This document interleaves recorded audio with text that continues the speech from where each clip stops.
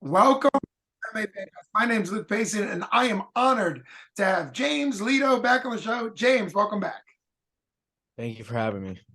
I've always enjoyed having you on the show, and you're back for a bittersweet interview.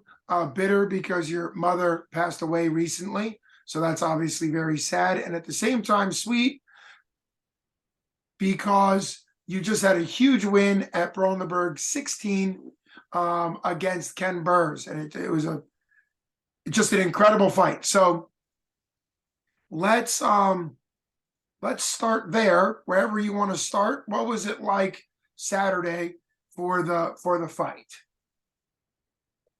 It was electric. I mean, the environment was amazing, and I had all my friends and family there. It was just the perfect storm for me, and it wasn't even about like the result of the fight. It was just everything came together really well under a really hard circumstance, and I'm really grateful for it. Yes, and obviously you can't really imagine worse circumstances than what you experienced going into it. I've seen what has been posted. I talked to you in cage right after the fight, so I know that this was very much your mother's wish for you to go through with this fight. And why do you think that is? Is it because the matchup with Ken Burrs was obviously kind of a big one, or is it more because she's a fan and a supporter of all of your pursuits? Do you kind of know why this meant so much to her for you to go ahead with this fight? To be honest, it she didn't say anything about it, but I know that Campbell asked my dad about it, and he was just drunk, and he said that she wanted me to go through with this fight and to go win this fight, but she never said that. He was just drunk and he made that up. But I mean, I know that she was proud of me, but I know he just added that for dramatic effect, and that's just who he is. So Fair, it's hey, fair enough. Fair enough. yeah.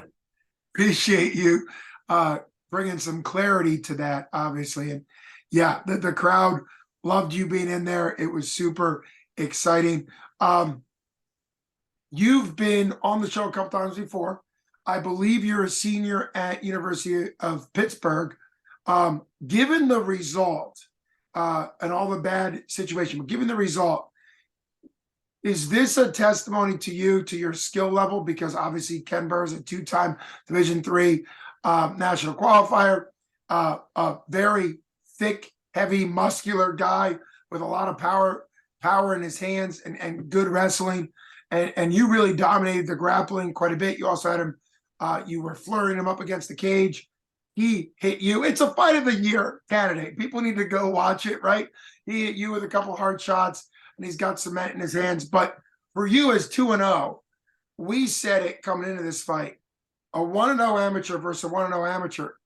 Both amateurs are usually not this high level. You guys were pretty much at that pro level in your fight. So where is that?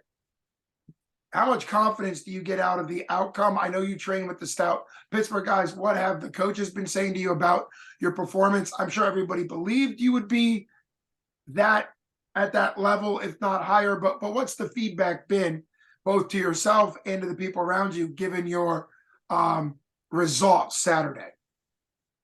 I mean, I won and I got the job done, but I think I could have done a lot better. I mean, I was home for almost 3 weeks. I didn't wrestle one of those days. I wrestled one day in practice before the fight, and I didn't even get to do that much because it was like on a Thursday, and I don't want to like go super hard a couple days before. I got in like a little bit of striking like almost every day, and I would do cardio stuff, but it was just everything that I could do to stay sharp given the circumstances. And Sure. that wasn't my best in there, and I know that because I didn't get to train the way that I wanted to train, but it wasn't really up to me, and I just know that I had to stay tough and persevere, even if leading up to it didn't go the way that I wanted to. And I know in my heart I could have done a lot better, but I'm proud of myself that I was able to bring it together, even though things didn't go the way I wanted them to. Sure. Well, that's the mental toughness that you showed, not just in the fight, because that fight was incredible, very entertaining. You showed a dominant level of wrestling, particularly for what you said. You weren't even necessarily training the wrestling like you would have wanted to, or really getting any of the training in you want to with all the family stuff going on. So I really think it shows the mental discipline. At what point in the fight?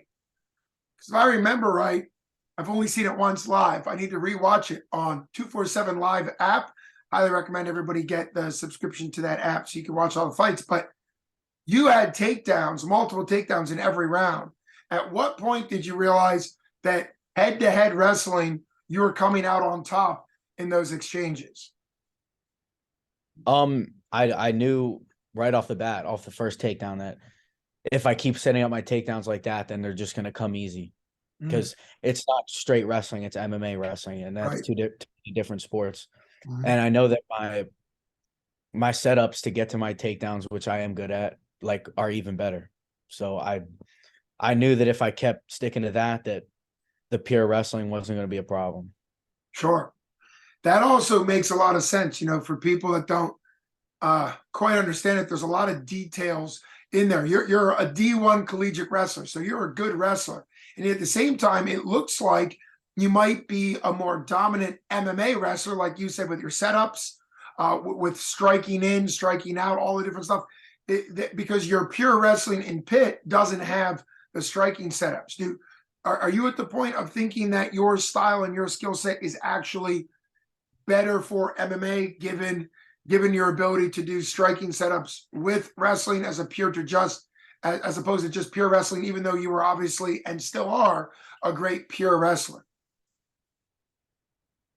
Well, I know it is, and like I know that my wrestling style was always like better for MMA, and the thing is, like, I'm still working on my wrestling every single day. Like every day that I go into practice, it's my goal to get a little bit better. But I know that my style is really good for MMA wrestling, and I think that I showed that, along with like being able to strike to set them up. And I think that my style is explosive, and the moves that I like to do, like the upper body ties and the double legs, like I think that's all perfect for MMA. And I know that I'm really good at that. And when I get to set it up with punches, it makes it even better. Yeah, I mean, I saw it live in action on Saturday. For people that will be watching this interview in the next couple of days, if you live in the Pittsburgh area, 22 The Point is doing a replay of the card this coming Saturday, 1 week after the fight, starting at 7 p.m. So for anybody in the Pittsburgh area, obviously most of your support is in the Pittsburgh area. So Pittsburgh people really rewatch it. It's going to be incredible. They are going to cut it down to fit TV. I would assume your fight will be in there, given the high level caliber fight it was. But I agree with you. I think it shows your confidence and that your wrestling fits the MMA world very, very well. And I'm going to bring up my favorite UFC fighter, who's now retired, GSP, who never wrestled at any collegiate or high school level, but found wrestling that worked perfectly for MMA.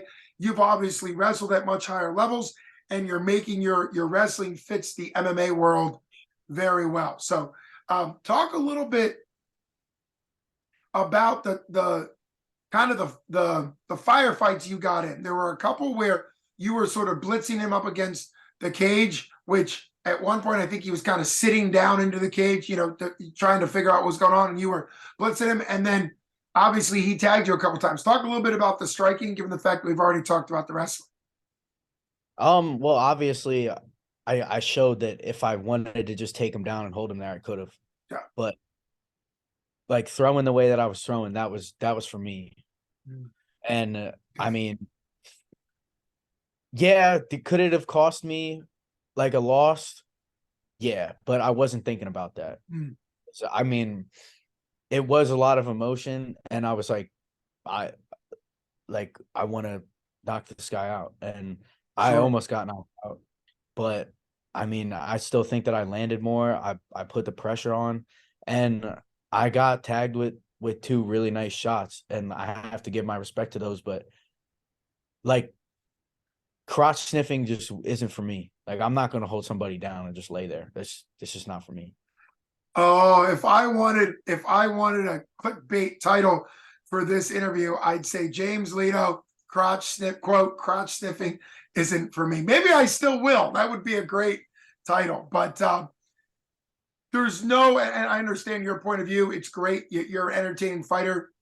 I think that comment that you were throwing hands for you because that was your where you were at that time. Um, there is nothing wrong, even though it might not be the most exciting. There is nothing wrong with winning a fight by top control pressure. Once you're at the advanced amateur, your technique can tweak, right? Because then holding somebody down is no longer just holding them down. You get ground and pound, and I'm sure fights will go differently if you're able to hold them down with ground and pound. But I love the killer instinct and the fighter instinct in you that you could have held down and not been in those firefights. But the experience level, what do you think you gained from being in those firefights? Because yeah, you got hit twice, but at the same time, you also dished out quite a bit on the feet. Well, I am really grateful that I did have a firefight and respect my opponent for that.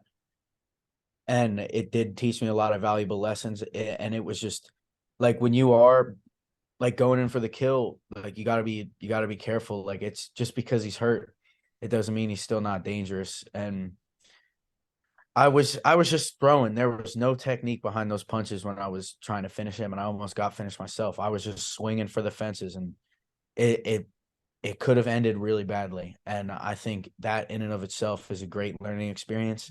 And like just yesterday, I went down to the Math Factory and I was working with Jake Lowry, and he was like, I mean, like it was a great fight, but you really could have done so much better with just straight punches and like being safer and landed more and taking less damage. But I mean, at that time, it just the result like wasn't in my head. I was Sure. just like, I was just fighting. Sure. And there's that lived experience you now have.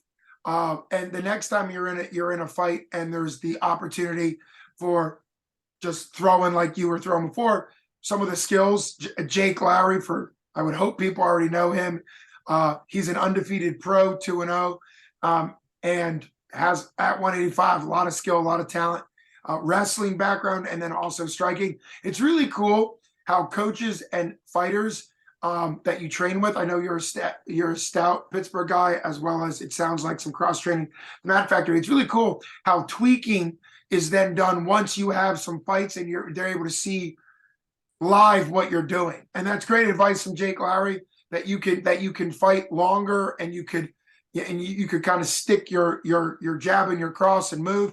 For people that don't know, typically if you're going to throw a cross, you can do a little bit of a duck out afterwards, because a lot of times people throw the cross straight up and down and they can get countered. So there's a lot of little things that you could do, but it's clear that while you're confident and while you got a huge win, it's also really cool to see that you're immediately looking at some of the flaws or some of the issues to improve. Let me ask the fun question, which is July 15th, Brawl in the Berg 17 will be at Monroeville Convention Center for 247.